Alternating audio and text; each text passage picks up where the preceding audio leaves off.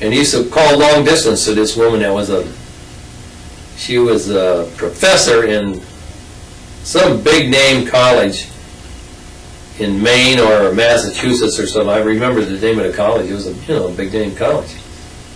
And he would call her and cry around on the phone about what she did and why she did this and that, and she left them and all this kind of stuff. And he had these papers that show how he invented these things. That one was a pair of hair clippers, and there was 4 or 5 things that he said he had invented and patented. And he had this little office. It had a little bitty workroom in the back, about 10 foot square. And he wanted me to refinish some of his office furniture he had bought from second class. They were just chairs, wood chairs. So I sanded them and painted them with shellac or whatever, something like that, And his fly net invention was about a foot square, and it had a wood frame about 1 inch all around this. It was like a picture frame. And then it was notched across there so that you could have 2 sets of wires that were real thin that wouldn't touch each other. And one set of wires, one part came from the top and it notched and it went around and went all the way around this thing, and had a little bitty, about 1/8 of an inch, about 1/4 of an inch section. The wires were apart from each other. Then he had another wire started on the other side, and that went around another 1/4 of an inch section, so it was right between these other wires. So he had all these little close wires together, and then he had a couple lights on the top of the thing. One was orange and one was blue or something. And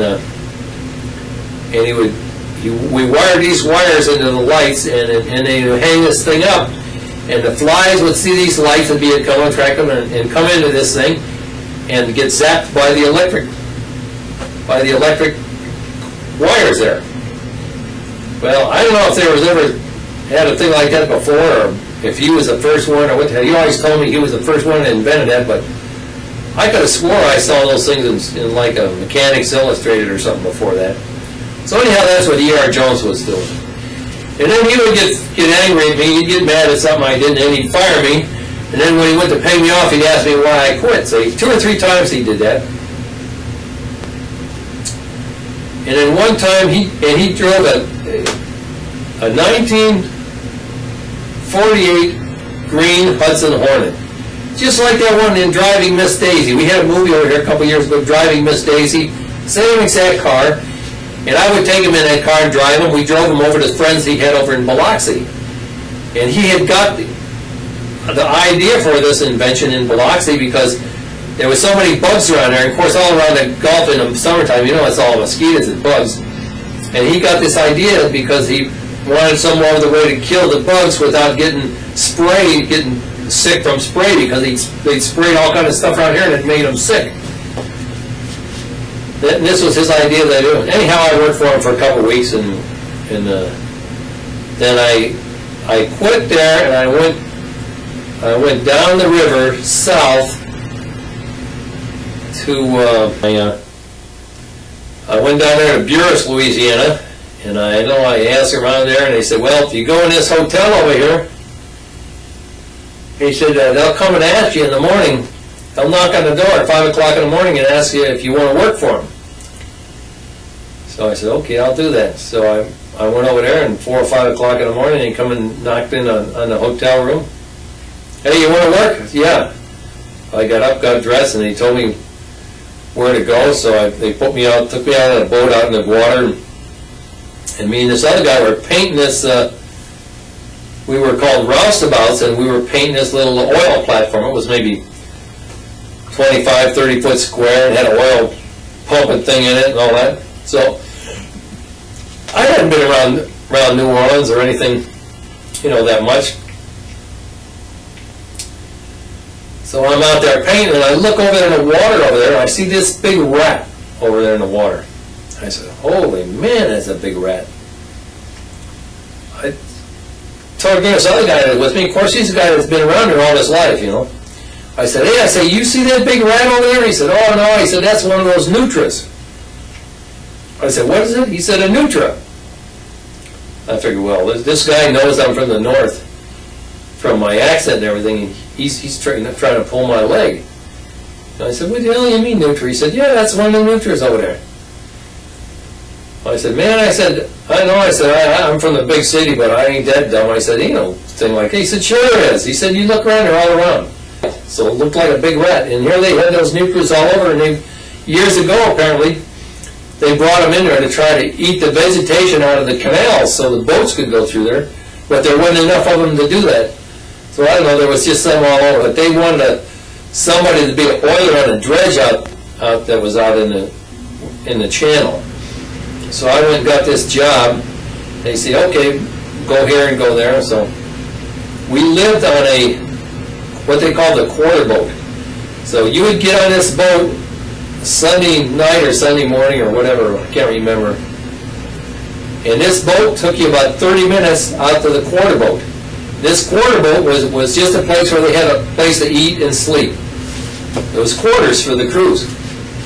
And so you would work, you would stay on this quarter boat from 7 in the morning till 7 at night, and then the work boat would come and get you. Actually, it was about 7 in the morning till about 5:30 at night, and then you'd eat and sleep there, and then at 5:30 this crew boat would come and pick you up, and you get on the crew boat, and it was an hour and a half ride out to where the dredge was. And this was a big dredge. It had 3 big diesel, 16-cylinder diesel engines in it.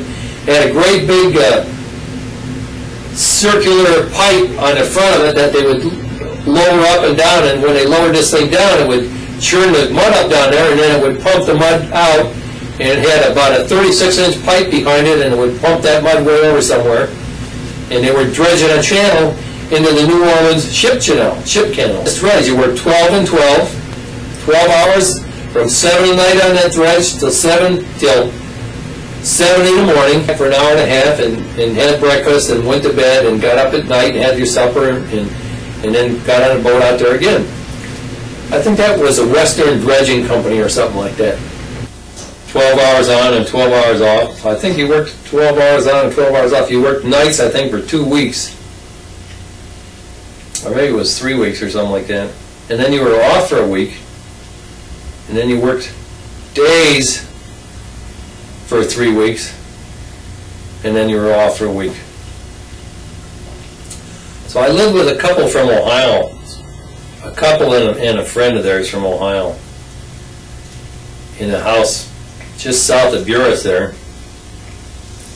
Man, that place was full of mosquitoes and fleas. I'm telling you, there was mosquitoes and fleas all over everywhere. And it used to rain so hard. And if you were driving when it started raining real hard, you had to stop on the road, because on one side you was a swamp, and on the other side was a dike holding the river out. You'd drive right in the swamp or somewhere, you know. So I worked there for a couple of months, and then we had applied for jobs in New Orleans. Me and these other guys. I remember one guy's name was Charlie, and I think he was down there running away from people that he owed bets. He was a big gambler. He was down there. We used to hang around the Rex. There was a bar called the Rex there, and we used to hang around that bar, and there was only 2 or 3 places there to do anything. Anyhow, I think the people in Ohio were looking for him, and he was out there to save his life so they wouldn't kill him. Probably owed so much money. So anyhow, we applied for jobs at a place that made steel doors in New Orleans, and we all got hired, I guess, because we all moved at the same time. So then I quit that dredging outfit, and we moved into New Orleans. Well, we moved to across the river from New Orleans somewhere. I think the name was either Gretna or something like that. And then we drove into this door place, and I run a sheet metal break there, which is Ben's sheet metal. And we worked there for, I don't know, a while. And I remember just after the 4th of July, this must have been 61, this must have been, no, 4th of July, 62. I don't know if I got fired or I got laid off, but anyhow, they gave me 2 checks. You know, like when you start working, they hold a check back.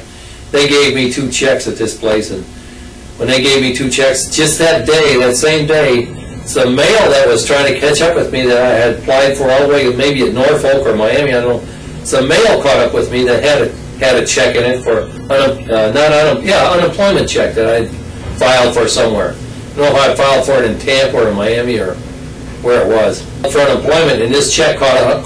So I had a little money that day, so I said, well, I'm going to go home. So then I got in my car and I drove home to Lorraine.